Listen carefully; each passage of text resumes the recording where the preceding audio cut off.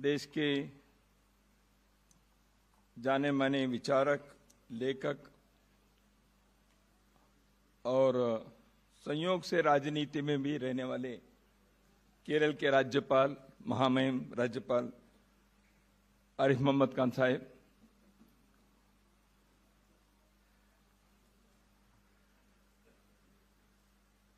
Engineer और law दोनों के मिश्रण करके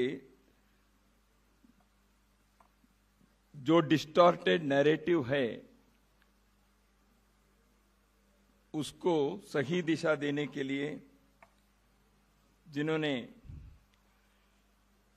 एक इंटेलेक्चुअल बैटल अपने कंधों पर उठाए हैं, ऐसे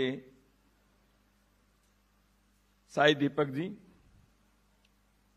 आज के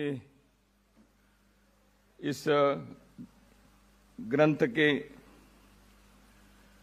ग्रंथकार, लेखक, वर्षों से मेरे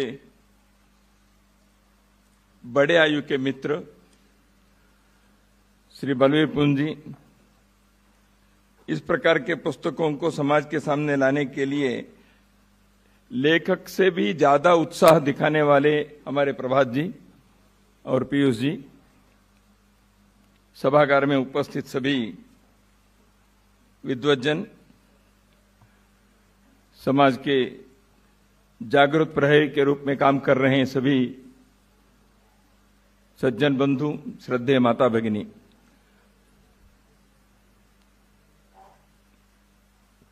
पुस्तक के बारे में तो अभी बहुत कुछ कह चुके हैं और मेरे पहले से दो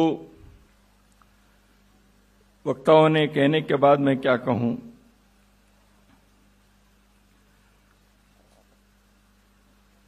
मेरे परिचय में बताया मैं दक्षिण के हिस्से से आया हूं, भारत के। साहित्य पक्षी खींच कहते हैं, साउथ इंडिया नहीं कहते, साउथ ऑफ इंडिया कहते हैं आप। और कई वर्षों से मैं कहता था, लेकिन मैं यूट्यूब में नहीं आता हूं, ये आते हैं, इसलिए ये प्रचारित हो गए। मैं कहता हूं साउथ इंडिया, नॉर्थ इंडिया वगैरह नहीं है, it is south of India, north of India है, ठीक है। तो वहां भोजन के अंत में आपको मालूम है दही नामक चीज जो छाछ है उसके साथ चावल मिक्स करके खाते हैं। यानी पहले भोजन में जो रुचिपूर्ण स्वादिष्ट जो चीज है उसको खा लेते हैं, लेकिन भोजन का अंत होता है थोड़ा छाछ वगैरह ले लेते हैं। आज के कार्यक्रम में ऐसे करने के काम मेरा है। आपने स्वादिष्ट सब्जी सभी भोजन अभी तक ले लिए हैं, लेकिन दक्षिण भारत के भोजन बिना छाछ के पूरा नहीं होता है। थोड़ा सा छाछ कभी स्वादिष्ट भी रहता है, कभी खट्टा भी रहता है, कभी कभी बासी भी रहती है। तो ऐसे थोड़ा सा काम मेरे पास है अभी। और एक है प्रोटोकॉल के जमाना है, लेकिन प्रोटोकॉल तोड़ने के कार्य महामहिम राज्यपाल जी ने किया है दो प्रकार से। सामान्यतः महामहिम राज्यपाल अंतिम भाषण उनके होते हैं। सामान्यतः राजभवन के अधिकारी लोग कहते हैं 60 मिनट से 1 मिनट भी ज्यादा नहीं होना चाहिए। अंतिम भाषण राज्यपाल का होगा, उसके बाद वोट ऑफ थैंक्स भी नहीं होगा, केवल राष्ट्रगान होगा। और ये जो निमंत्रण पत्र है उसमें भी अध्यक्षता आप करने वाले थे। मेरे नाम केवल पुस्तक के लोकार्पण करने का काम था, वो तो मैंने कर दिया था। उसके बाद बात क्यों करना ध्यान में नहीं आ रहा है। लेकिन सब बदल रहे हैं, नैरेटिव भी बदलना है, प्रोटोकॉल भी बदल रहा है। विमर्श के बारे में, नैरेटिव के बारे में और बाकी चीज जो शायद ने कहा उसमें I tend to say I am almost in agreement। और थोड़ा बुद्धिजीवी लोगों को थोड़ा डिसएग्रीमेंट होने से बुद्धिजीवी कहलाते हैं। तो मैं इससे सहमत हूं, क्योंकि जो ट्रूथ है, सत्य, सत्य के खोज करना भारत के परंपरा है, जो बलबीर जी ने बिल्कुल नैरेटिव हमारे स्वभाव की चीज नहीं है, इसलिए इसमें शब्द नहीं है। इसको विमर्श कहते हैं। क्या है, संस्कृत में शब्दों के बहुत बड़ा भंडार है। विमर्श कहना है, आख्यान कहते हैं, इसलिए नैरेटिव के लिए और एक शब्द है भारतीय भाषा में कहना है तो आख्यान। लेकिन आख्यान, कथन, विमर्श ये सब भारतीय भाषाओं में थोड़ा सा वेरिएशंस ऑफ मीनिंग हो जाते हैं, उसके कॉनोटेशंस अलग होते हैं। ये संस्कृत के बारे में, संस्कृत के इसमें भारतीय भाषाओं में एक ही शब्द के विभिन्न अर्थ हो जाते हैं। अभी उपन्यास शब्द है, उपन्यास शब्द के हिंदी में अर्थ है नॉवेल। उपन्यास के शब्द तेलुगु और कन्नड़ में उपन्यास का अर्थ है व्याख्यान, लेक्चर। तो इसलिए भारत के जो संस्कृत शब्द हैं उसके बहुत सारे अर्थ अलग अलग प्रकार से होते हैं। इसलिए हमें मजबूरी से कई बार अंग्रेजी शब्दों का उपयोग करना पड़ रहा है।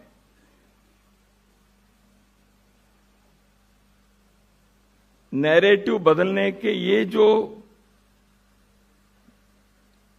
बैटल कह रहे हैं बार बार, ये जो उपक्रम हैं, ये जो बीड़ा उठाए हैं, यह यहीं से शुरू होता है। भारत को समझना है तो संस्कृत को समझना चाहिए, लेकिन संस्कृत को समझते नहीं है, संस्कृत अध्ययन नहीं करेंगे। संस्कृत तो मृत भाषा है, तो इसलिए संस्कृत कहना है तो वो तो ब्राह्मणों की भाषा है। संस्कृत तो शोषण करने वाली भाषा है। यानी कितने प्रकार के चीजें पिछले 100-150 साल से, खास करके पिछले 75 वर्षों में स्वतंत्र भारत के, स्वतंत्रता के बुद्धिजीवी लोगों ने दुनिया के सामने परोस दिया।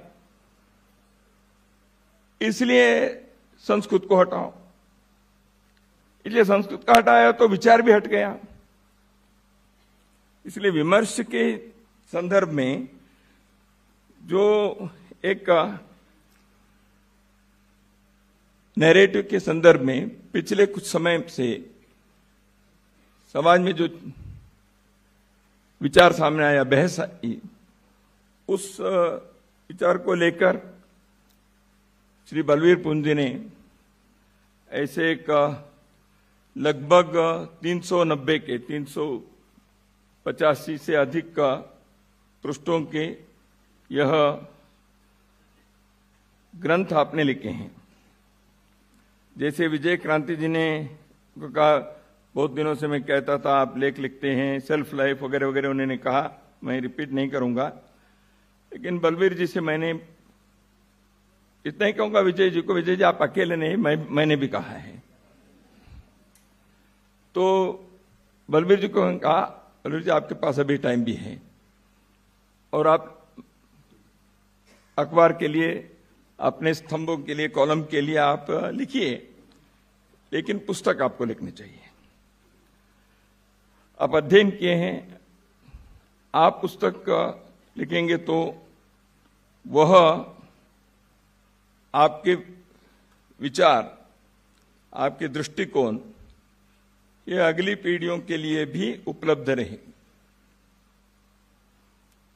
सामान्यतः पत्रकार जब कॉलम लिखते हैं उसमें नोट्स, रेफरेंस, फुटनोट तो लिखते नहीं हैं, लेकिन इस पुस्तक में रेफरेंसेस, फुटनोट्स भरपूर हैं।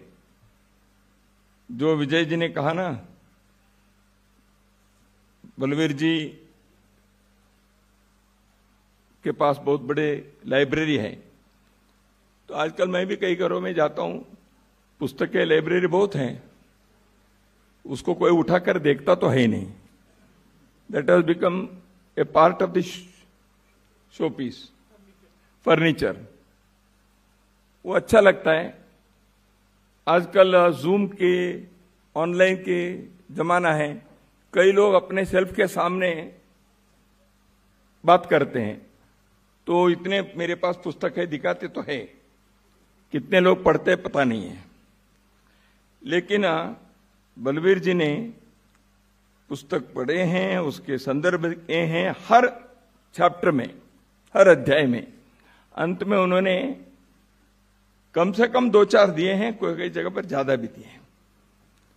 मैंने इस पुस्तक के पूरा प्रत्येक अध्याय पढ़ा ऐसे मैं नहीं कह सकता, लेकिन मुझे इसके बारे में थोड़ा सा प्राक्कथन लिखने के लिए बलवीर जी ने आग्रह किया। मैं वैसे उसके लिए अधिकारी पुरुष तो नहीं हूं, because I know my limitations in reading, understanding the books and more so in writing something like this. लेकिन प्राक्कथन लिखने के बाद तो कुछ बिंदु चर्चा करते हुए हमने इसमें एक प्राक्कथन में जितना कहना है वो मैंने कहा है, इसलिए भाषण में कहकर आपके समय को मैं क्यों बर्बाद करूं। और आप पुस्तक पढ़ेंगे ही, ये मेरा विश्वास है। पुस्तक नहीं पढ़ेंगे तो कम से कम प्राक्कथन पढ़ लीजिएगा। और प्रस्तावना भी लिखे हैं, वो भी आप पढ़िए। इन नैरेटिव के झंझट क्यों उठाना पड़ रहा है? पूर्व वक्ताओं ने, खास करके बहुत इस विषय के बारे में विशेष रूप से कहा है। और नैरेटिव करेंगे तो वो क्या होना चाहिए, इसके बारे में आरिफ मोहम्मद खान साहब ने कहा है। तो दोनों मिलकर ये विषय पूरा होते हैं। भारत में, भारत के बारे में भारतीयों को परिचय देना है और वो भारतीय भाषा में देनी चाहिए।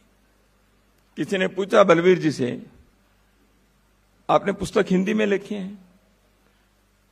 सामान्यतः बलवीर जी अंग्रेजी में कॉलम्स लिखते हैं, उनके हिंदी कभी स्वयं या और कोई अनुवाद करते हुए देश के कई समाचार पत्रों में छपते हैं।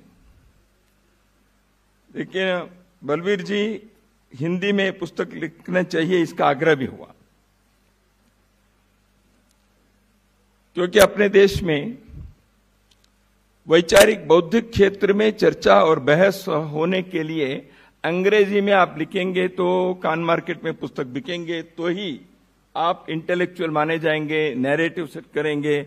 ऐसे एक नैरेटिव जो सेट हुआ है उसको हमें तोड़ना है, इसलिए भी हिंदी में लिखने की आवश्यकता है। और हिंदी में अपने देश के विषय को, हम अपने हृदय के नजदीक के विषय को उस प्रकार प्रस्तुत करने के एक बहुत बड़े तादाद को निर्माण भी करना चाहिए। उस दृष्टि से बलवीर पुंज ने इस पुस्तक की रचना अपने की है। कौन है हम, क्या है हमारी पहचान, ये इस पुस्तक के उपशीर्षक हैं। कौन है हम, इसी शीर्षक के एक पुस्तक कुछ समय पहले सैमुअल हंटिंगटन नामक बहुत बड़े विद्वान अमेरिका के, हु आर वी, ऐसे एक ग्रंथ की रचना की। वो दुनिया में उसकी चर्चा खूब हुई। अमेरिका में ट्विन टावर्स को गिराने के बाद जो चर्चा हुई, उस बहस, उस वातावरण, उस आफ्टरमथ के बीच से जन्मे एक ग्रंथ who are we. Samuel Huntington ने तब तक क्लैश ऑफ सिविलाइजेशंस ग्रंथ लिखे थे। मैं इसका उल्लेख करता हूं, इसका अर्थ सारे विश्व में 100% वैसे के वैसे हमको लेना चाहिए, ऐसे मेरा कहना नहीं है, मैं भी नहीं लेता हूं।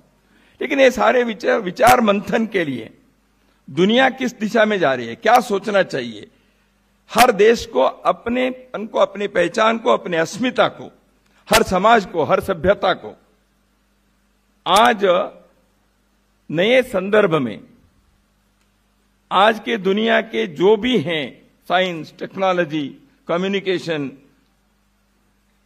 Post liberalization, post ideological world, इन सारे विषयों में हमें एंड ऑफ हिस्ट्री होने के बाद इन सारे एक नए दुनिया में सारी मानवता प्रवेश कर रही है, तो अपने जड़े क्या हैं, हम कौन हैं? अरे मोहम्मद साहब ने उसके बारे में कहा, कस्तम को हम कुत आयात कामे जननी को में पिता। ये शंकराचार्य जी ने इस विषय को कहते हैं, ये विश्व के इसमें मत पढ़ो, ये असार है, सारहीन है, इसलिए इस स्वप्न के विचार से परे तुम कुछ और हो।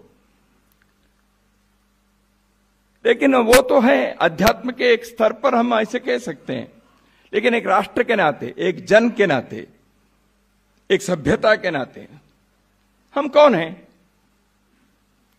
हम इस दुनिया में हैं तो हमारे कुछ हैसियत है या नहीं है? घिसे पिटे हारे रोने वाले, दुनिया में कुछ भी किए नहीं है, ऐसे हम लोग हैं?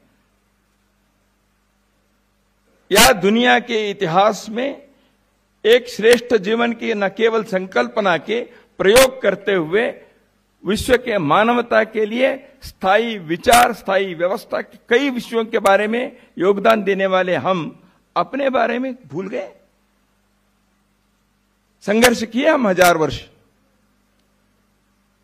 150 वर्षों के अंग्रेजों के राज में हमारे लोगों के दिमाग में एक विचार घुसा दिया उन्होंने। हम मुगलों के बाकी लोगों के साथ संघर्ष करते रहे, कभी इस देश के पढ़े लिखे लोगों को, इस देश के सामान्य लोगों को नहीं लगा ये बाहर से आए हुए लोग हमसे बेहतर है, श्रेष्ठ है, उच्च कुल के हैं, ज्यादा सभ्य हैं, कभी नहीं लगा। संघर्ष किए, शारीरिक संघर्ष में शस्त्र के सामने कभी हार भी हुई है, लेकिन कभी भी इस देश के लोगों ने उस बर्बरता के सामने यह नहीं स्वीकार किया ये बुद्धि से, संस्कृति से, सभ्यता से श्रेष्ठता उनकी है, ऐसे हमने नहीं माना।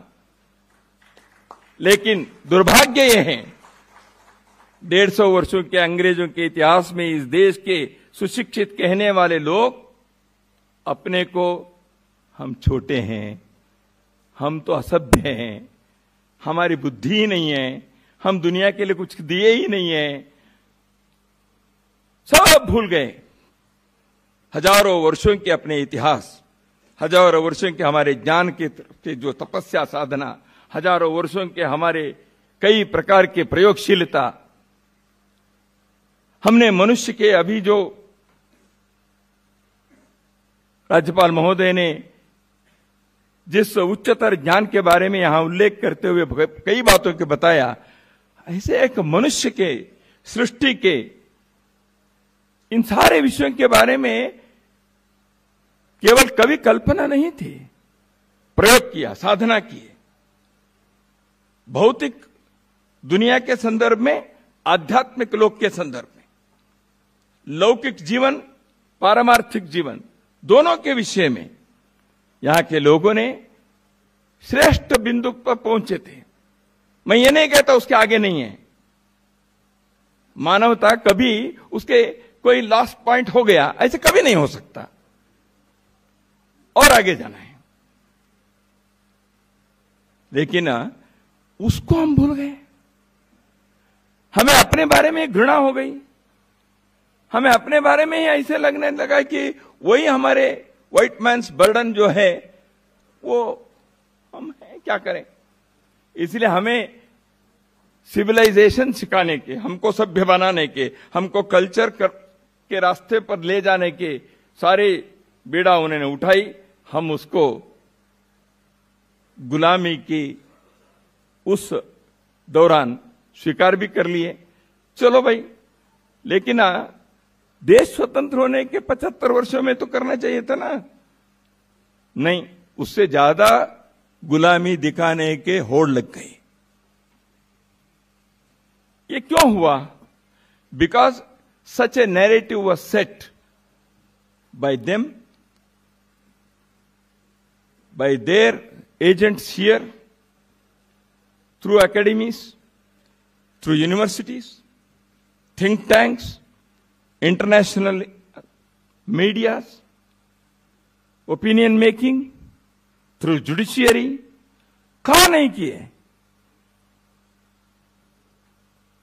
भारत हिंदू सनातन इससे जुड़े हुए हर विषय के बारे में घृणा उत्पन्न करो, प्रश्न खड़ा करो, ये दकियानुसी है, ये साइंटिफिक नहीं है, एंटी डेवलपमेंट है, ये है, वो है, एंटी ह्यूमन है, कितने प्रकार से हमारे ऊपर करते रहे। आश्चर्य और दुर्भाग्य के विषय है इस देश के यूनिवर्सिटी कम्युनिटीज, इस देश के व्यापक रूप से मीडिया जगत, इस देश के तथाकथित सुशिक्षित लोग इसको स्वीकार कर लिया। मुझे याद है, मैं कई बार इसको कहता हूं, बेंगलुरु के इंडियन इंस्टीट्यूट ऑफ साइंस में कई वर्ष पूर्व एक डॉक्टर कोवूर करके उनका लेक्चर था। What was the topic of the lecture? Indian Institute of Science Bengaluru में, there is no scientific heritage in India. That was the lecture, and he tried to prove it in his more than 1 hour lecture, how India was not having any scientific heritage at all.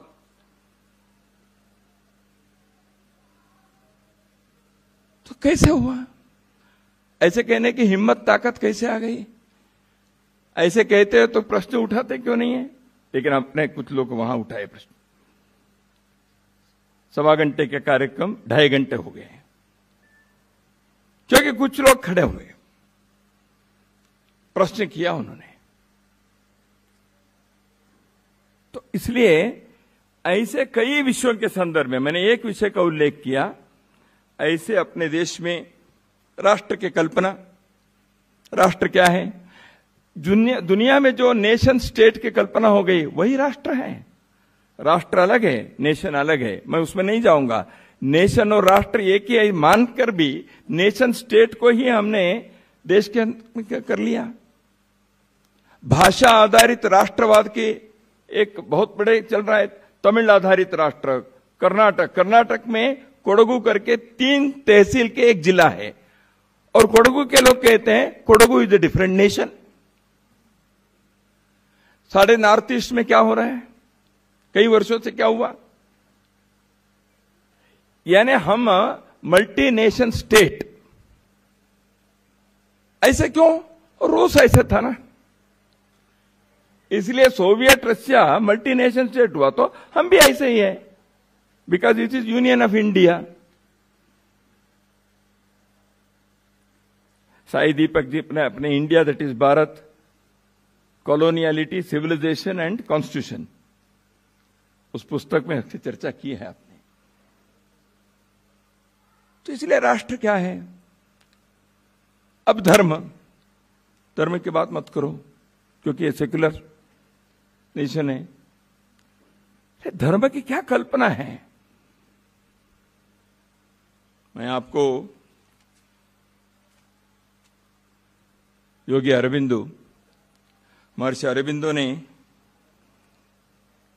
जो भारत के मस्तिष्क कैसे, इसके योगदान क्या है दुनिया के बारे में उन्होंने 3 बातें बताई। एक, उन्होंने कहा डिस्कवरी ऑफ सोल, आत्मा की खोज। ये भारत के लोगों ने आत्मा चिदानंद रूप शिवोहम शिवोहम अपने बताया। वो जो नित्य चैतन्य स्वरूपी आत्मा है, उसके खोज भारतीय ऋषियों ने, भारतीय आध्यात्मिक तपस्वियों ने, discovery of soul. Second discovery of dharma, यह महर्षि अरबिंदो का कहना है। And third, formulation of shastras. Bal Gangadhar 30 वर्ष जिन्होंने घेंट यूनिवर्सिटी में प्रोफेसर के नाते रहे, बहुत वर्ष भारत के इस सारे विचार से न केवल दूर विरोधी भी रहे, ऐसे व्यक्ति बेंगलुरु यूनिवर्सिटी के सेनेट हॉल में उनका भाषण था। उन्होंने भाषण के दूसरे या तीसरे वाक्य में ये कहा था, विश्व को भारत ने कई देन दिए होंगे, लेकिन भारत के एक अत्युन्नत देन ऐसे में कौन सा ऐसे करता, तो मैं मानता हूं ये धर्म की कल्पना जो है यह भारत की देन है दुनिया के लिए। योगी अरविंदो ने यही कहा था। लेकिन हमारे यहां क्या हुआ? सेक्युलरिज्म का अर्थ ही धर्मनिरपेक्षता है, इसलिए धर्म को ही दूर करो। धर्म जीवन की धुरी है। पंचायत राज व्यवस्था के आधार धर्म था। ये कहने वाले कौन है मैं बताऊंगा आपको। अपने देश में पंचायत व्यवस्था जो थी प्राचीन काल से, उसके आधार धर्म था। ऐसे कहने वाले कौन? विवेकानंद नहीं, अरविंदो नहीं, गुरुजी गोलवालकर नहीं, लोकनायक जयप्रकाश नारायण। जयप्रकाश नारायण ने पंचायत राज व्यवस्था के बारे में धर्मपाल जी के जो पुस्तक है, उस पुस्तक के प्रस्तावना लिखे हैं। उसमें जो जयप्रकाश नारायण कहते हैं, भारत के पंचायत व्यवस्था जो थी सदियों तक, उस व्यवस्था के आधार धर्म भाव था। धर्म तो धर्म का अर्थ क्या है? पूजा पाठ है क्या? उपासना पद्धति है क्या? इन बातों के संदर्भ में अपने को विचार करना पड़ेगा। तो इसलिए जो नैरेटिव की एक राय है, इसमें राष्ट्र राष्ट्रीयता के विचार रहेगा। मैं अभी परसों एक सिंपोजियम हुआ था, वहां एक विषय मैंने जानबूझ कर रखा था, वो यहां भी सांदर्भिक रूप से मैं कहना चाहता हूं। सिटीजनशिप और नेशनैलिटी ये दोनों एक ही है क्या? अब इक्वेशन हो गया उसका नेशन स्टेट के कारण, am I right? But citizenship and nationality will they become one and same? Citizenship is a politico-legal status, whereas nationality is a socio-cultural concept or socio-spiritual concept, whatever you say. इसकी चर्चा होनी चाहिए कि नहीं? हमने Eurocentric ideas को, Europe पे केंद्रित सारे विचार को अपने जीवन में, अपने पाठ्यक्रमों में, अपने गवर्नेंस में, अपने सार्वजनिक चर्चा में, हमारे मीडिया के बहस में, हम अपने समाज को देखने के दृष्टि में, अपने समाज को समझने के हमारे प्रयत्न में, हम इस यूरोप केंद्रित दृष्टिकोण से बंधे हुए हैं। इस गुलामी से हमको बाहर आना पड़ेगा। नैरेटिव तब तक ठीक नहीं होगा, या नैरेटिव का काम यह होगा, इस कॉलोनाइज्ड माइंड से हमको मुक्त करने के लिए ये नैरेटिव की आवश्यकता है। इसलिए हम कौन हैं, क्या हमारी पहचान, इस प्रश्न के जो उठाते हुए उन्होंने कहा है, यह आज बहुत प्रासंगिक है। इससे अधिक मैं कहना नहीं चाहूंगा। अपने यहां नैरेटिव को विमर्श कहते हैं कि संवाद है। हमारे यहां एक शास्त्रार्थ की कल्पना है। नैरेटिव ये प्रोपेगेंडा है, बताया ट्रूथ, सत्य के खोज। सत्य एक दिखता है आपको, मुझे एक दिखता है, लेकिन वो भी अर्ध सत्य है। मुझे इस तरफ से जो दिखता है वो भी अर्ध सत्य है। सत्य को तो समग्रता से देखना पड़ेगा, लेकिन मुझे जो कन्वीनियंट है उस सत्य को मैं रखता हूं तो नैरेटिव होता है। Because I can prove that it is truth, but it is not full truth, but it is my convenient truth, and the convenient truth becomes narrative, and on the basis of that narrative propaganda starts.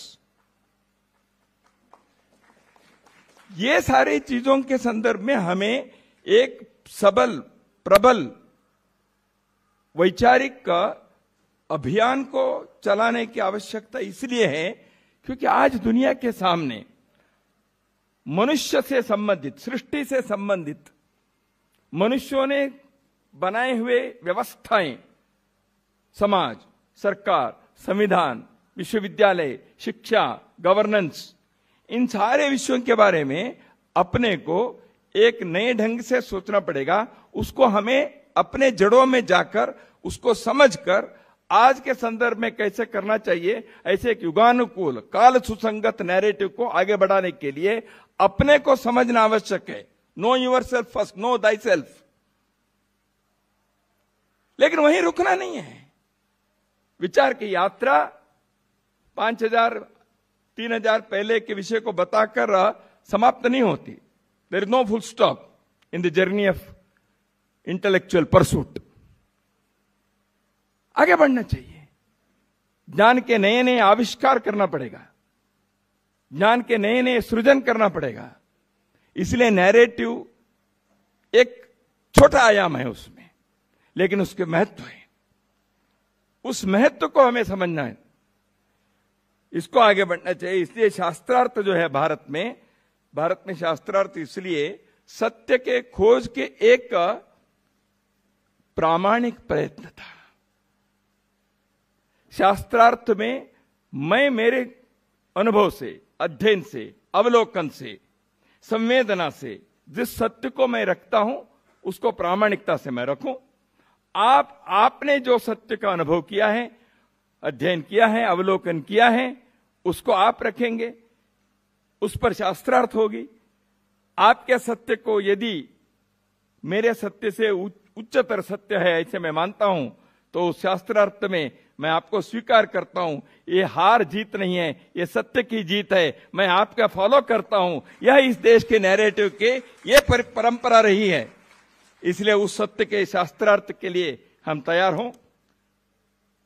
आज लोकार्पित हुए यह पुस्तक, यह ग्रंथ उस प्रयत्न के लिए, उस प्रामाणिक प्रयोग के लिए हमारे लिए प्रेरणा दे।